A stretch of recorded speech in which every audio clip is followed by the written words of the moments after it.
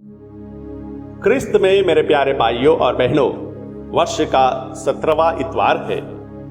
भूख, प्यास, भोजन और ईश्वर का उसमें भागीदारिता पूरे सल्वेशन हिस्ट्री में देखा गया है। संसार की शुरुआत से ही, बाइबल के शुरुआत में ही हम लोग इसका उल्लेख देख सकते हैं।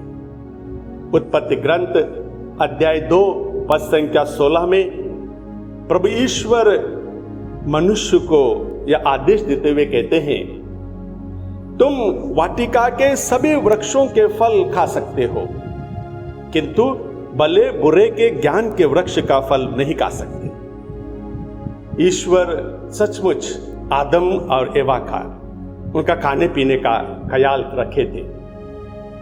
जब इजरायली प्रजा मिस्र देश छोड़कर प्रतिज्ञात देश जाने के लिए तैयार हो गए थे, उस लास्ट दिन के बारे में हम लोग जानते हैं।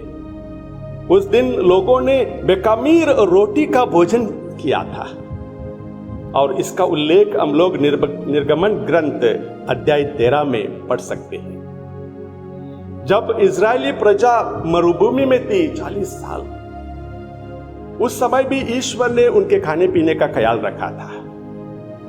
उनके भोजन के लिए मन्ना ऊपर से गिराया था तथा उनकी प्यास बुझाने के लिए चट्टान से पानी तक ईश्वर ने उपलब्ध कराया था।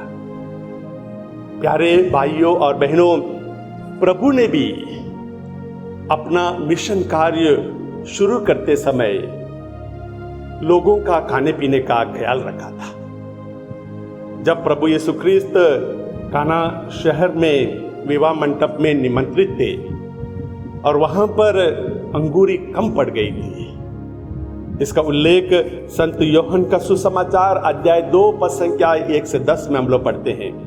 जब विवाह मंडप में अंगूरी कम पड़ गई थी, प्रभु यीशु ख्रीस्त चमत्कार कर देते हैं, पानी को अंगूरी में बदल देते हैं। और आज के सुसमाचार में हम लोग पढ़ते हैं, प्रभु यीशु 1 नहीं 2 नहीं 5000 लोगों को 5 रोटियां और 2 मछलियों के सहारे उनको भोजन खिलाते हैं। जी हाँ प्यारे भाइयों और बहनों, ईश्वर किसी को भी भूखा या प्यासा रहना नहीं देखना चाहता है।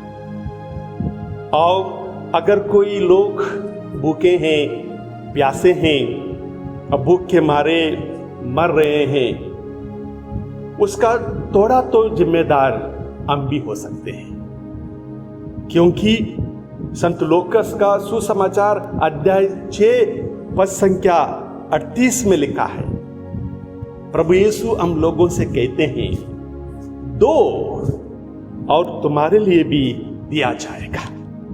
दबा दबा कर, हिला हिला कर भरी हुई, ऊपर उठी हुई पूरी की पूरी नाव तुम्हारी गोद में डाल दी जाएगी।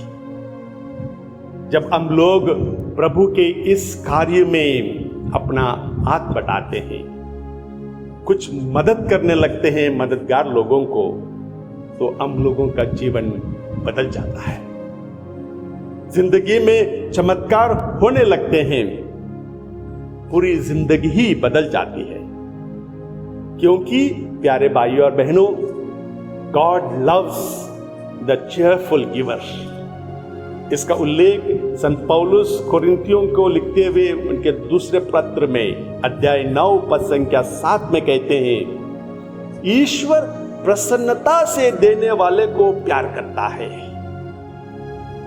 प्यारे भाइयों और बहनों, एक दिन एक जवान सिस्टर अपना कॉन्वेंट छोड़कर हाथ में 5 रुपया का नोट लिए कोलकाता के गलियों में आगे बढ़ती है। कुछ ही दिनों में उन कलकत्ता के एक छोटे से बस्ती में एक छोटा सा कमरा किराए पे ले लेती है और उसके दूसरे दिन से ही उस बस्ती के जो गरीब बच्चे थे, अनाथ बच्चे थे, कमजोर बच्चे थे, उनको इकट्ठा करते हुए उन्हें ट्यूशन पढ़ाने लगती है, उन्हें पढ़ाने लगती है। उस कमरे में ज्यादा सुविधाएं नहीं थी, फिर भी पूरी जिम्मेदारी लेते हुए, दिक्कतों का सामना करते हुए, अपने आप को ईश्वर के चरणों तले समर्पित करते हुए वह सिस्टर लोगों की सेवा करने लगती है। धीरे धीरे उन्होंने गरीबों का, अनाथों का, लाचारों का, बीमार लोगों का सेवा करना शुरू किया। प्यारे भाइयों और बहनों, अब उनके पास 90 से भी ज्यादा छोटे बड़े स्कूल्स हैं, 400 से भी ज्यादा डिस्पेंसरीज हैं जहां लोगों का इलाज होता है, 80 से भी ज्यादा लेप्रेसी सेंटर्स हैं, 50 से भी ज्यादा होम फॉर द एज्ड है, 60 से भी ज्यादा अनाथालय है, और यकीन कीजिएगा लगभग 40,000 से भी ज्यादा सिस्टर्स और वॉलंटियर्स इस संस्था से जुड़े हुए हैं, उनके साथ काम करते हैं। और उस सिस्टर का नाम है संत मदर तेरेसा। जी हाँ प्यारे भाइयों और बहनों, God loves the cheerful giver. जब हम लोग अपने सर्वस्व को प्रभु के हाथों पर समर्पित कर देते हैं, चमत्कार होता है, जिंदगी बदल जाती है। यही बात हम लोग आज के पहले पाठ में और आज के सुसमाचार में सुनते हैं। बात यह है कि to help others and to share what we have with others. Help करना और शेयर करना। पहला पाठ राजाओं का दूसरे ग्रंथ से लिया गया है। लोग अकाल का सामना कर रहे थे, खाने पीने के लिए कुछ चीजें नहीं थी। एक व्यक्ति अपनी पहली फसल को नबी एलिशा के सामने रखता है, भेंट चढ़ाता है। नबी एलिशा उस भेंट को अपने पास रख सकते थे क्योंकि अकाल पड़ा हुआ था, परंतु वे ऐसा नहीं करते हैं। अपने नौकर से कहते हैं इसे 100 लोगों के बीच बांट दो, उन्हें खाना खिलाओ। ऐसा करने के बावजूद भी उनके पास अनाज बच गया था। आज के सुसमाचार में हम लोग पढ़ते हैं एक छोटा सा लड़का, आज का सुसमाचार का वो छोटा सा लड़का हीरो बन जाता है। हीरो इसलिए बन जाता है, उसके पास सिर्फ 5 रोटियां थी और 2 मछलियां थी।